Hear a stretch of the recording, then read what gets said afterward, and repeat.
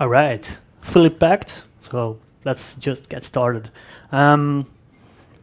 Imagine that you could deploy your application to production at any time during the day just by pressing a button. Most of you are just figuring out. Some of you will probably think, what the hell? That's what we constantly do, right? But what if this deployment could automatically recover when you have a deployment failure? My name is Tim. I'm a technical architect and a Kubernetes lead for API and microservices here at Ordina. And today I will talk about continuously deploying to the cloud using Spinnaker. But first, let me take you on a trip down to memory lane. A little more than a decade ago, we saw the shift from waterfall to Scrum, right? And all the people, so the business,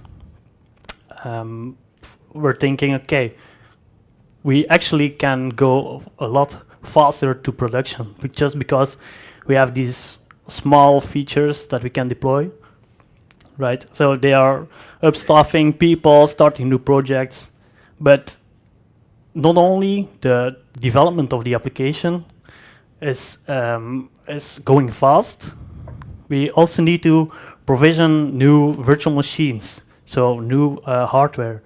And at that time, it took more than 3 months, for example, just to buy the hardware, install it, configure it, and use it. So we saw a new shift moving to the cloud infrastructure. So we could just press a button, and we didn't need to buy physical hardware, but a new virtual machine was spun up, and we could use it, right? Another shift that we saw after this was DevOps, right? Because now we had the infrastructure, we had our applications, but when something went wrong, we had to gather all people, start the war room, and they figured out instead of just gathering the people, we're putting them together before we start working on the application, right? I think like 10 years ago, it was normal that when you order a product on Amazon that you had to wait 5 days or even more before you got your product at home delivered. And today it's more than normal that you have your item shipped and received within 24 hours. So the pace of continuously deploying your applications is getting much faster. So that was the other adoption. We're changing from monoliths to microservices, right? And because we're deploying the microservices, you need to have something that can handle these different applications and deploy them fast to your development environment, staging or production environment, right?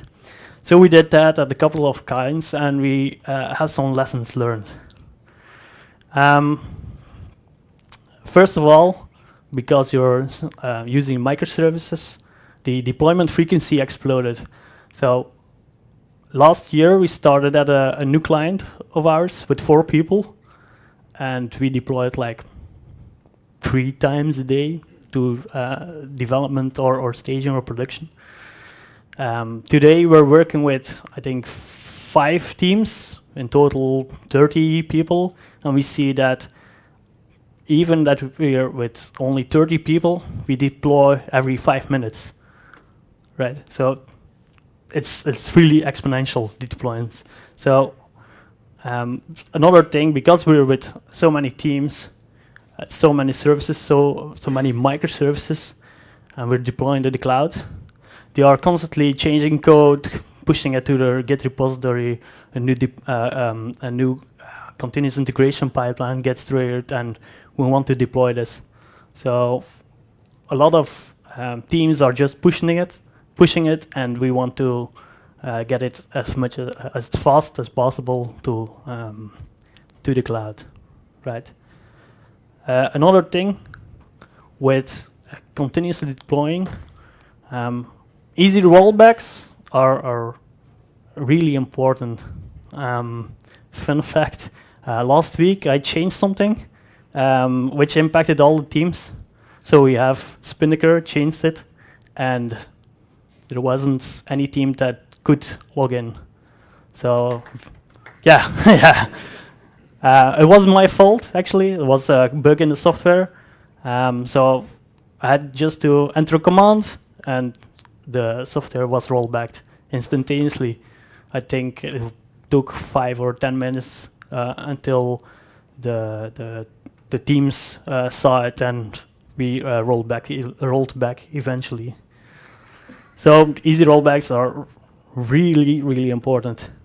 Another thing are deployed during the right time frames. It's actually a functional requirement of the application. So the business needs to figure out when it's the best time to deploy your application, right? So you can deploy it during peaks of traffic, or also at business hours. Or for instance, when you're an international company and all your services are deployed throughout different data centers across the world, it could be really handy to deploy first in let's say Europe and later in Asia, instead of deploying all at once across the world, right? So those were the lessons learned. We also have continuous deployment principles, right? So first of all, the immutable infrastructure is really important. We want the process of building, testing, deploying, and validating to be as deterministic as possible. We want to do it once, and we want to have it rolled out multiple times on virtual machines, or on Kubernetes, or OpenShift, or something else. We want that process to be repeatable and predictable across the environment.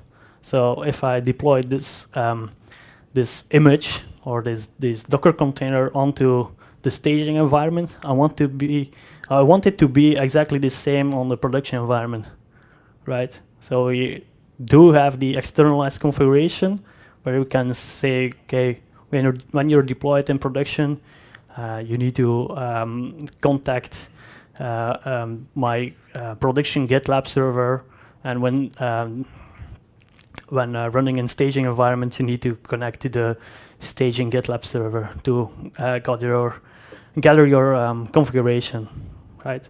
So I want to have this through baking or building images. So AWS EMI images, or Google Cloud Platform images, or building images for Docker, right? Another one are the deployment strategies. So the first one is red-black, also called blue-green. So we have an existing cluster of instances running, the blue one, and we want to deploy a new version of the application. So we're basically spinning up new virtual machines, or on Kubernetes we create a replica set and scale it up to 8 instances. After that, we just reroute all traffic from the old cluster to the new cluster. So everybody in production has this new feature available, right? Using the red-black, we can also have this easy rollback because we don't want to scale down the first cluster. We just want to reroute it to the previous one when something fails in production, right? So that's yeah, easy changeable. So another thing that came forward of this was rolling rollback. So instead of just deploying it and rerouting all traffic, we have these cut points. So we can say 1% or 5 or 25, 50 or 100% of our traffic needs to be rerouted to the old cluster or the new cluster. And at every cut point, we want to validate whether or not our software is still working. And the validation can be a smoke and sanity test, or functional tests or probes, right? So you can see it here. We're rerouting like 20% to the new cluster. So 20% of our users have these new functionality, right? So another thing is the canary deployment strategy. So it's almost the same as the rolling red black. So with the rolling red black, you have the functional tests or the probes that you can run. With the canary analysis, you use a set of measurements common across all the applications. For example, CPU and memory profiling, or HTTP requests, error rates, status codes, right? And based on that information, you can roll back or deploy your application further into production.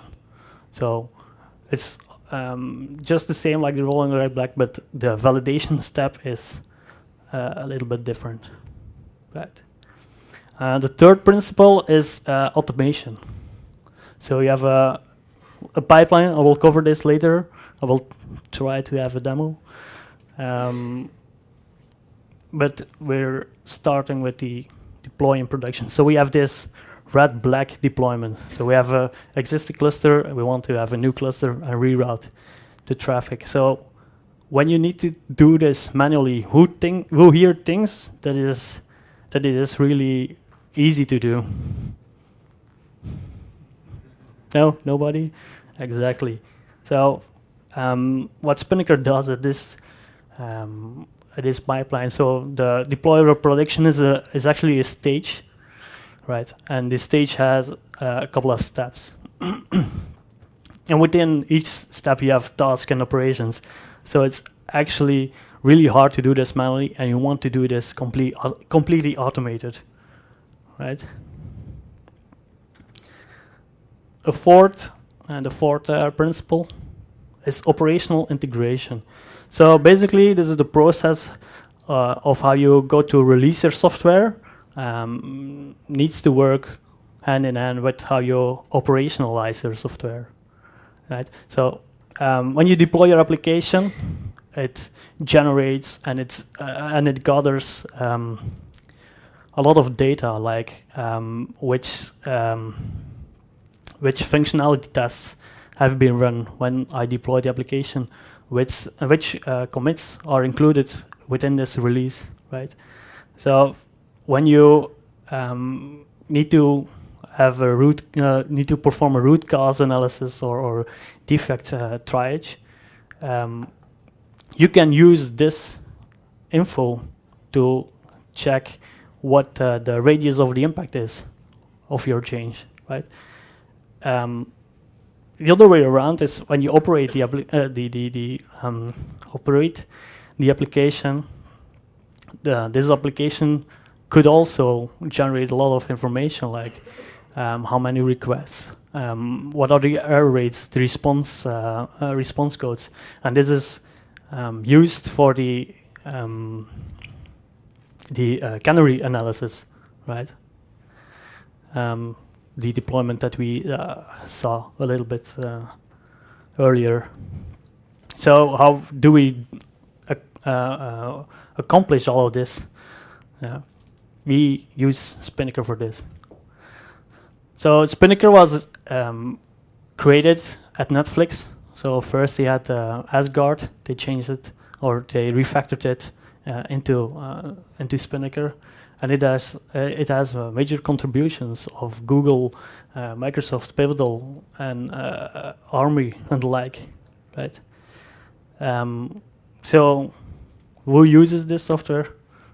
We do. Ordina does. Waze does it. Google actually does it, and Netflix itself is using this. So, and this tool can deploy on any infrastructure. So it has support to deploy on Amazon Web Services, Google Cloud Platform, Kubernetes, OpenStack, right? So the internal structure of Spinnaker is it has Spring Boot at its core, right? So there are a lot of services that actually,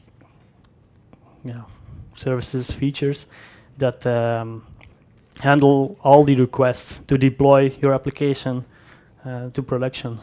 So actually it's an Angular application, Angular/React application, and that goes through all the components to deploy your application. So Cloud Driver, for instance, is the application that deploys your application, or the service that deploys your application, while Orca is the orchestration engine. So when you start a pipeline, it has these different stages, and Orca will reroute the traffic through Cloud Driver or Roscoe, which is the image bakery from Spinnaker, to handle all these different operations. We also have Halyard. Halyard isn't actually part of the Spinnaker application. It's a standalone application to manage your Spinnaker instance. So that's part of the useful features. So it's a configuration and deployment lifecycle management tool. And with this tool, you can install, upgrade, configure, validate your Spinnaker installation. So Halyard is the application that I use to easily roll back what I said before. Right? And it also works with the bill of materials. Another useful feature is planning. So when your business analyst or your product owner decides to have new deployments between 10 and I think 3 or whatever in the afternoon, because you have a lot of traffic coming in, we can actually set that in the UI of Spinnaker. So we can only deploy starting Monday through Friday, and only between 10 in the morning and 4 in the afternoon, right? Another feature is Chaos Monkey. So who of you already heard something about Chaos Monkey?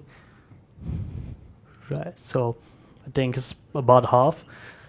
Chaos Monkey is actually an application that can shut down your application without any notice. So people who are operating the application can be triggered to keep the software running, right? Another feature that is coming is a canary analysis. So I covered this before. Using the set of metrics, we can actually decide a score, a threshold, and when the canary analysis scores above the set score, then we can roll out our application further, right? So the difference with Terraform and CloudFormation, that's a question that I come across a lot of times. So Terraform or CloudFormation is actually a tool to define and manage your infrastructure. For example, the network or the network or your infrastructure. actually, right? And the Spinnaker application is using the infrastructure to deploy, right? Deploy your application onto. So what's coming up in new releases of Spinnaker? So the canary strategy. So at this moment, you need to define all the steps yourself. They are releasing a new component called Kayenta, which will handle the canary analysis and canary deployment. So you don't need to specify all the steps yourself. The rolling blue-green deployment is also something that's not supported as of yet. Declarative continuous deployment. So it's like a Jenkins tool with its pipelines as code. That's also what they are creating for Spinnaker. And operational monitoring for Spinnaker itself. So at this moment, there is a bit of operational monitoring. They are greatly expanding it, so you can monitor Spinnaker yourself, so you can have as little as possible impact to other operational squads. Right.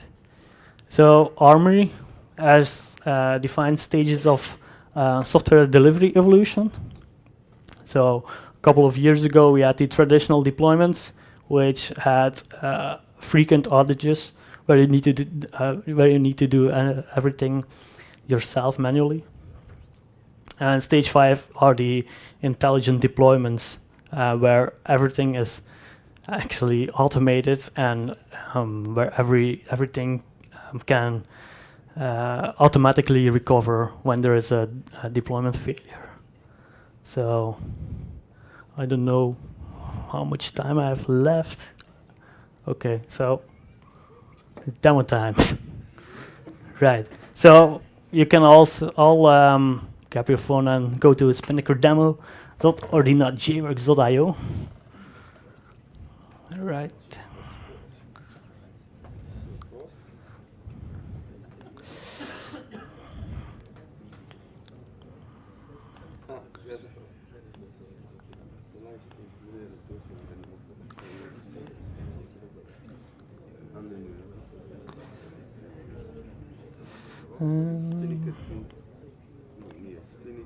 Oh wait, I will.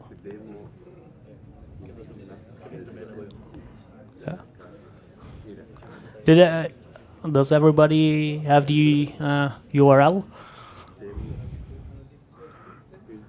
Right. Okay. So that's our production environment, for example. Yeah. So the site was our production environment. So I hope it eventually.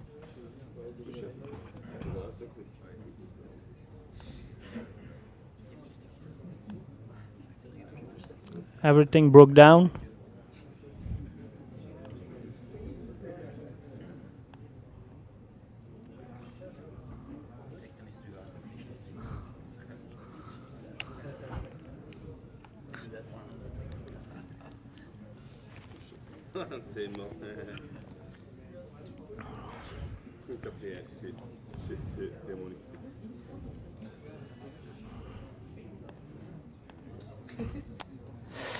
System preferences.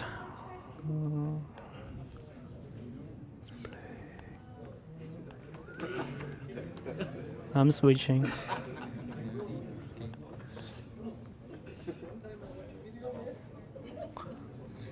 Confirm.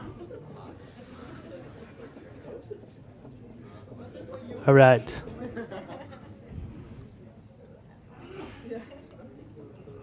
Yes. We should be back. All right.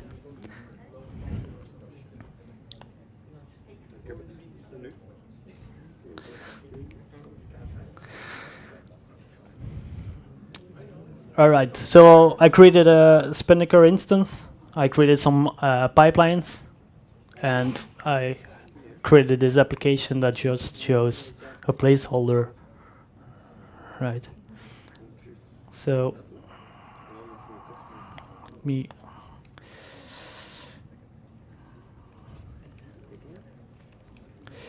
quickly switch to my desktop. Yeah, wait. Right.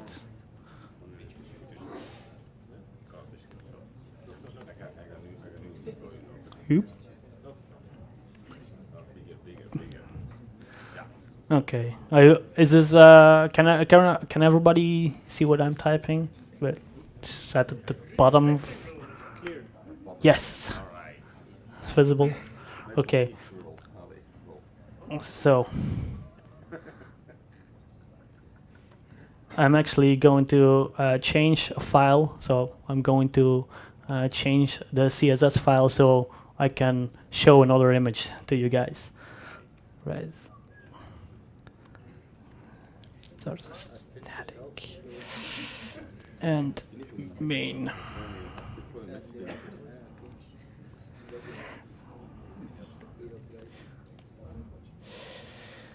So I will change the announcement image to our live image. Right.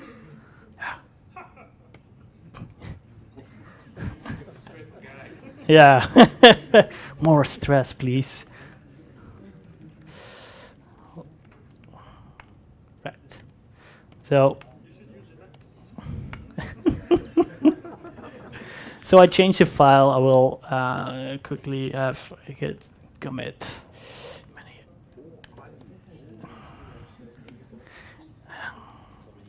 So we're going live.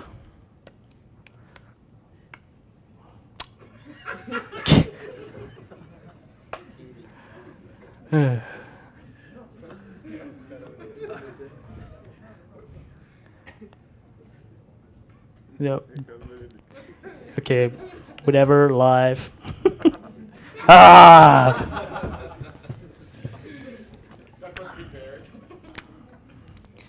Let's try this again.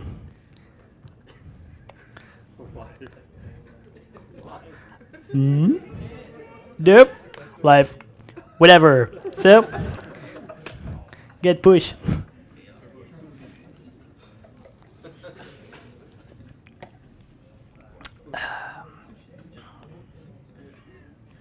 Right.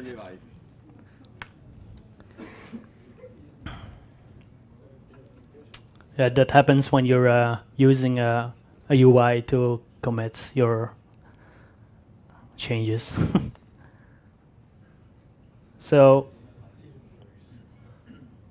I created a build trigger on Google Cloud Platform, right? So when I push the release branch, it will actually build a Docker image, right?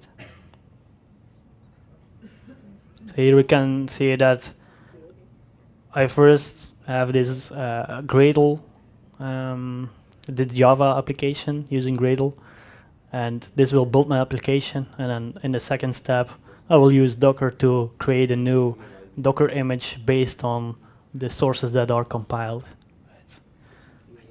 And I will eventually push the Docker image to Google container registry. Right. Normally it will take about a minute or a half, I hope. Yes, so minute 20 seconds. So this Docker image is pushed to Google Container Registry, right? And Spinnaker will watch changes on the container registry. It will pick this up and then deploy it to your staging environment. So I hope it will work. So I tested it, but yes, it is there. So it will now deploy my application to my staging environment. Right. I can go into configuration. So I have a Docker registry, and I'm watching changes on the canary deployment demo Docker image. I didn't specify a tag because I want to deploy everything to my staging environment. Right. So I got my Docker image, and then in the deploy to staging step, I configured the application to use that Docker image deployed on Kubernetes using the red-black deployment strategy that I talked about before, right? So let me quickly go into details. So those are this is the stage, deploy and staging, right? And shrink cluster, disable cluster, scale down. Those are the different steps that it will execute, right? But it won't work with staging environment, sorry. Right, so here you can see actually what is happening. So my new application was started with 5 instances. My old application was disabled, so all my traffic would be routed to the new application, and then it will actually delete all the running instances of my old application because we're in staging.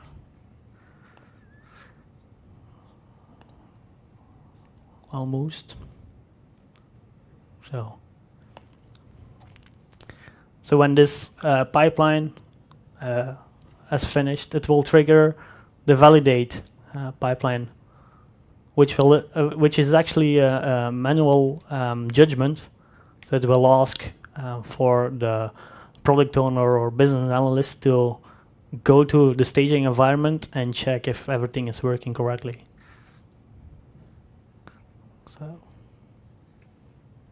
right. Yeah, so we have some instructions, which states check if staging is working as it should with the URL to the staging environment, so the user can quickly go from Spinnaker to the staging environment.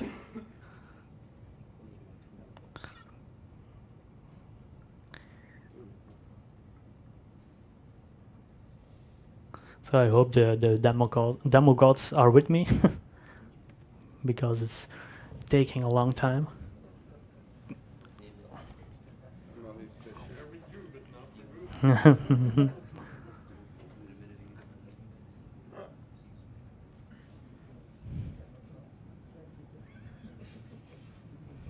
Yep. So this is the staging environment, right? So what you guys have on your phone is a different image than we have on the staging environment. So we can see that our staging environment is working as it should because I expected to see this image.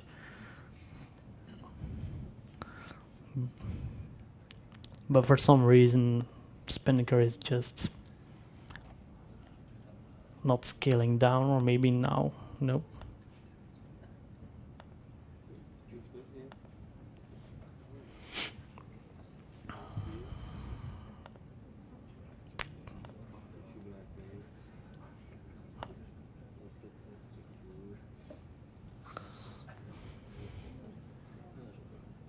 Yeah, I was afraid this was going to happen during my demo. Yeah.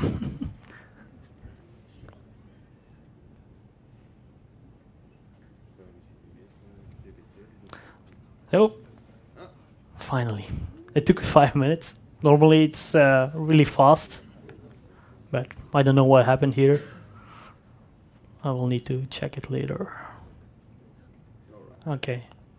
So now we see the manual judgment is actually being called. So check if staging is working. So yeah, I checked that.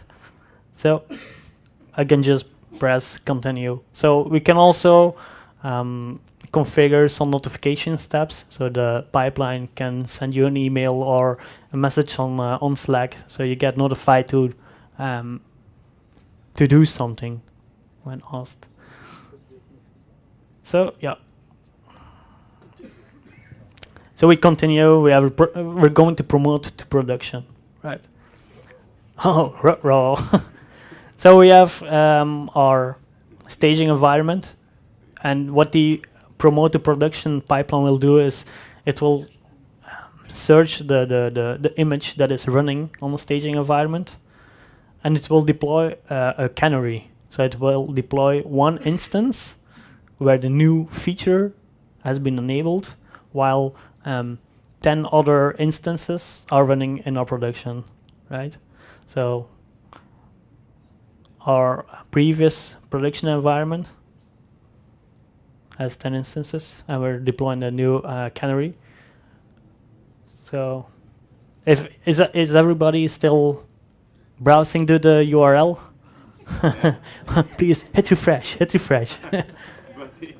So if I'm not mistaken, I think every 11th person that is hitting the refresh button needs to see the new image. So if we can all press the refresh button.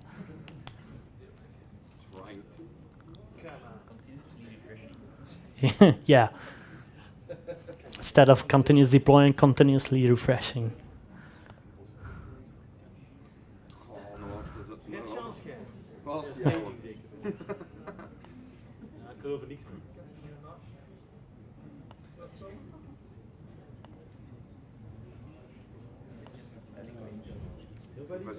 No?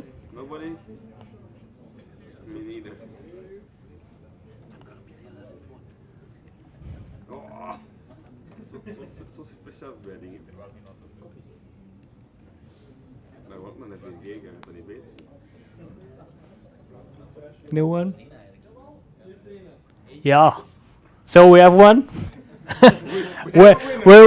I think we're with around 100 people here. So we have a second guy in the back, third one. So it's actually coming, right? Yeah. Maybe I can. Maybe. I don't know. So, but we have proved that some of you guys actually have the new image. So we have. So I created in this demo manual approval. So another one. So we have a manual approval. Instead of the manual approval, we could create the canary analysis, so we can go automatically further into production, right? So for now, I will just say continue, and it will use the image that has been used to deploy the canary, and it will roll out to everybody. So everybody should see soon the new image on the production side. Right. So when everything has been deployed, we're killing the canary, so we don't have 11 instances, but 10 instances. And the difference between the staging step and the production step is that in the staging step, we are disabling the cluster and scaling it down because you don't need to have the resources anymore. But for production, so we have for production also the red-black strategy, but I didn't check scale down replace server groups to 0 instances, because when there is still a possibility that something can go wrong, we can easily roll back to the old application.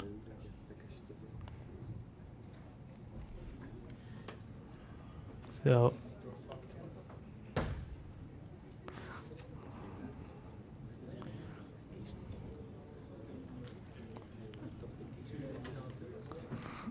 here you can see that 2 clusters have been deployed, right? It's still working on this one. So now it disabled the old cluster, but the images or the instances are still running. So in comparison to the staging environment where we don't have any running instances anymore.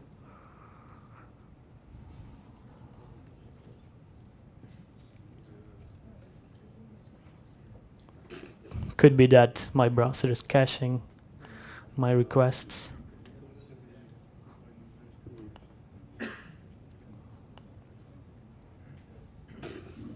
So it's still trying to disable the cluster to stop all traffic going through going to the old application.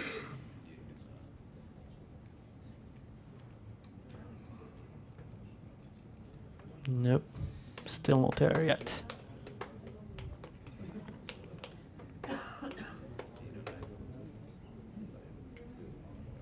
So imagine that this all could get automated, so you can focus on new features, new development, and roll out to production without having any manual intervention.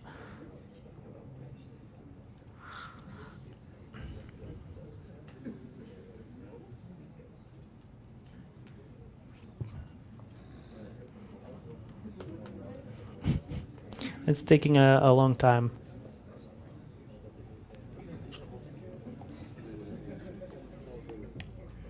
So actually, the Spinnaker I used is also deployed on a Kubernetes cluster. So you have a distributed installation of the Spinnaker instance. So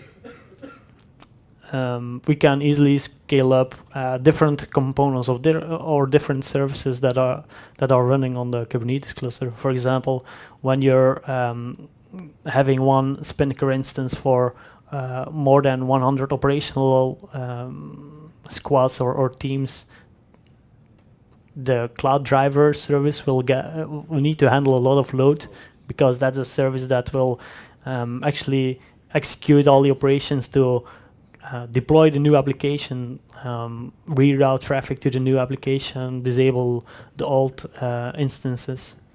So we can easily scale up just the cloud driver component without having to scale up other applications. So yeah. So yeah. Bye. So we killed the canary, right? And now we have a step stating that we are waiting 2 hours. So we have a time window to fix something when it broke down in production. So during this time frame, we can easily cancel the execution of this pipeline and have this manual intervention when actually needed. But most of the time you don't need to have this manual intervention, and after 2 hours it will actually scale down the old application, so it doesn't consume any resources on your cluster anymore. So I will try this once again. I think it's my cache. So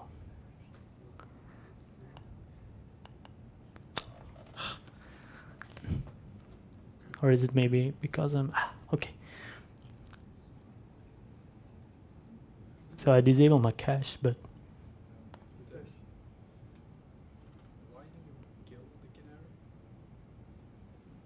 Because the canary doesn't have any use anymore, because you roll it out into production. So you have a new cluster of new instances. But it is the first one of your new instances, isn't it? Is there? No. It's actually deployed aside from the running clusters.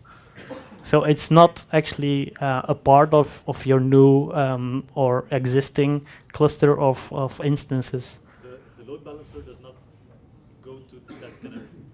Yeah, well, so we have a load balancer that will route your traffic to all the different instances. And what we say is that the canary is part of the group. So it can also load balance your request to the canary, but the canary isn't part of the cluster group. So you can scale down or scale the canary up depending on the traffic that you want to handle, right? So after your 2-hour window, you will start replacing parts of your cluster. No. Yeah. Yeah. Old cluster is still running. Yeah. So we had the old application, right? So it's grayed out because no traffic will be routed to those instances, but the instances are still running. So it's actually consuming resources on your virtual machine or your Kubernetes, right? Yeah. And after those 2 hours, it will kill the running instances from the old clusters. Does it keep the images? The images, if they will be kept, they are stored in the Google Container Registry. So what I can do, so I deployed these different pipelines to be triggered automatically, right? But if I want to if I want to deploy a new version into production manually, I can just say start manual execution. Yeah, and it says pipeline is still being run. So wait, I can or staging, right? So I have those are the commit hashes from Git that I used as the tag for the Docker image.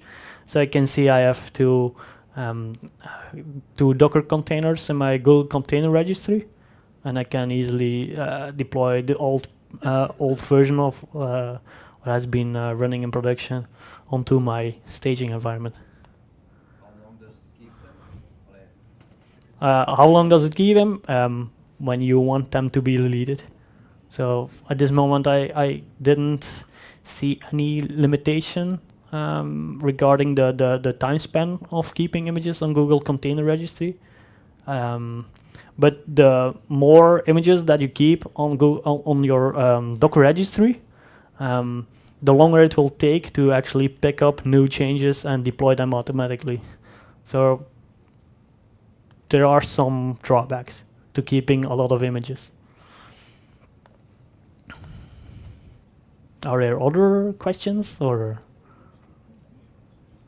no? So then this was the end of my presentation and my demo.